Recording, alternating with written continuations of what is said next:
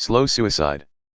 Next I turned my attention to all the outrageous violence that takes place on this planet, the tears of the victims, no one to comfort them, the iron grip of oppressors, no one to rescue the victims from them. So I congratulated the dead who are already dead instead of the living who are still alive. But luckier than the dead or the living is the person who has never even been, who has never seen the bad business that takes place on this earth. Then I observed all the work and ambition motivated by envy. What a waste! Smoke. And spitting into the wind. The fool sits back and takes it easy, his sloth is slow suicide. One handful of peaceful repose is better than 2 fistfuls of worried work, more spitting into the wind. Why am I working like a dog?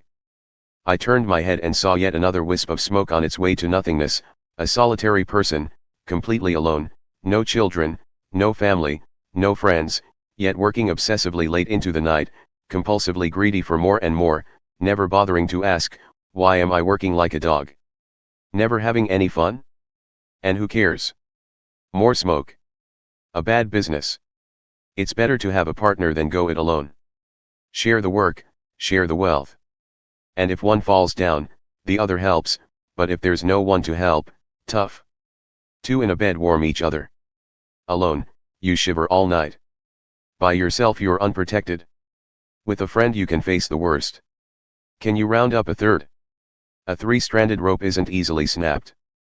A poor child with some wisdom is better off than an old but foolish king who doesn't know which end is up. I saw a youth just like this start with nothing and go from rags to riches, and I saw everyone rally to the rule of this young successor to the king. Even so, the excitement died quickly, the throngs of people soon lost interest. Can't you see it's only smoke? And spitting into the wind? God's in charge, not you. Watch your step when you enter God's house. Enter to learn. That's far better than mindlessly offering a sacrifice, doing more harm than good. Don't shoot off your mouth, or speak before you think. Don't be too quick to tell God what you think He wants to hear. God's in charge, not you, the less you speak, the better. Overwork makes for restless sleep. Overtalk shows you up as a fool. When you tell God you'll do something, do it, now. God takes no pleasure in foolish drivel. Vow it, then do it. Far better not to vow in the first place than to vow and not pay up. Don't let your mouth make a total sinner of you. When called to account, you won't get by with sorry, I didn't mean it.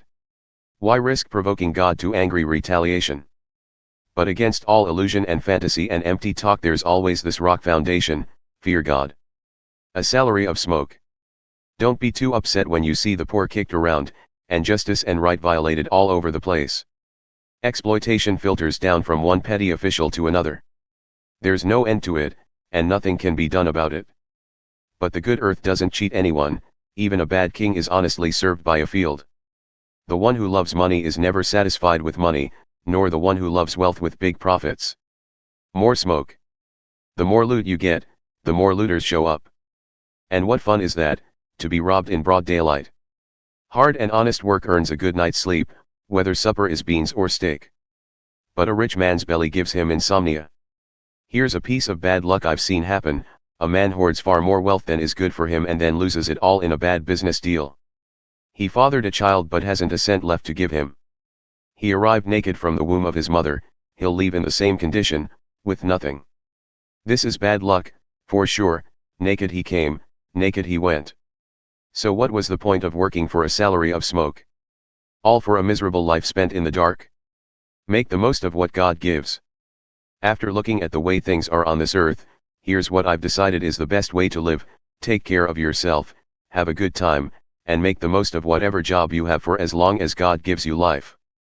And that's about it. That's the human lot. Yes, we should make the most of what God gives, both the bounty and the capacity to enjoy it, accepting what's given and delighting in the work. It's God's gift. God deals out joy in the present, the now. It's useless to brood over how long we might live. Things are bad.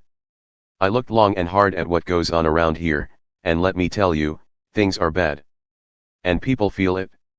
There are people, for instance, on whom God showers everything: money, property, reputation, all they ever wanted or dreamed of. And then God doesn't let them enjoy it. Some stranger comes along and has all the fun. It's more of what I'm calling smoke. A bad business. Say a couple have scores of children and live a long life but never enjoy themselves, even though they end up with a big funeral. I'd say that a stillborn baby gets the better deal. It gets its start in a mist and ends up in the dark, unnamed.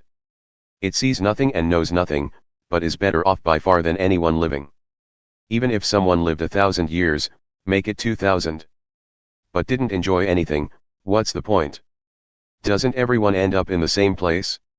We work to feed our appetites, meanwhile our souls go hungry. So what advantage has a sage over a fool, or over some poor wretch who barely gets by? Just grab whatever you can while you can, don't assume something better might turn up by and by. All it amounts to anyway is smoke. And spitting into the wind. Whatever happens, happens. Its destiny is fixed. You can't argue with fate. The more words that are spoken, the more smoke there is in the air. And who is any better off? And who knows what's best for us as we live out our meager smoke and shadow lives? And who can tell any of us the next chapter of our lives?